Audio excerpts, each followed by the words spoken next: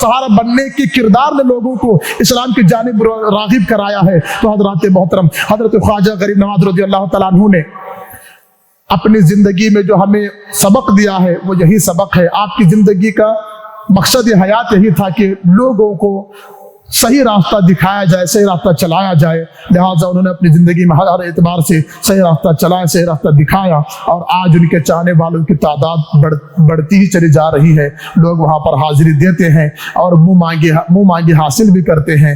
ایک منکر بہت زیادہ ملتے ہوں گے، ایک منکر نے جا کر کہا خواجہ 10 روپے دے دو، خواجہ 10 روپے دے دو، تو لہٰذا جب ایک منکر نے جب دیکھا کہ ایک فقیر 10 روپے مانگ رہا ہے، ایک فقیر 10 روپے مانگ رہا ہے، تو کہا کہ خواجہ کے پاس تم کیا مانگتے ہو، یہ لو میں تمہیں دوں گا۔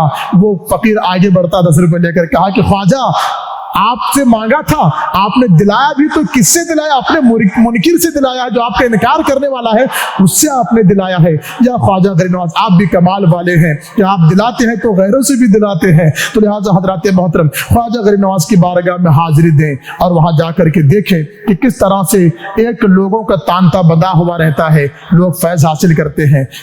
لوگ وہیں پر جاتے ہیں جہاں پر انہیں کچھ ملتا ہے، بغیر کسی فائدے کی انسان کوئی کام نہیں کرتا ہے۔ تو لہٰذا حضرت خواجہ غریب نواز رضی اللہ تعالیٰ عنہ کی زندگی کے متعلق کیا بتایا جائے مختصر سے وقت میں، بس اتنا ہی کہوں گا کہ خواجہ ہند وہ دربار ہے اعلیٰ تیرا، کبھی محروم نہیں مانگنے والا تیرا۔ ظاہر سی بات ہے، خواجہ غریب نواز کے در پر جو جاتا ہے وہ بالکل حاصل کر لیتا ہے، اس کو مل جاتا ہے۔ اللہ تعالیٰ کی کروڑوں رحمتیں ان پر نازل ہو، حضرت خواجہ غریب نواز کی برکت پر نازل ہو، اور آپ کے صدقے ہماری مغفرت ہو۔ آمین آمین رب العالمین۔ استغفر اللہ رب من کل ذنب وخطیئۃ واتوب الیہ وما علینا الا البلاغ۔ السلام علیکم ورحمۃ اللہ تعالی وبرکاتہ۔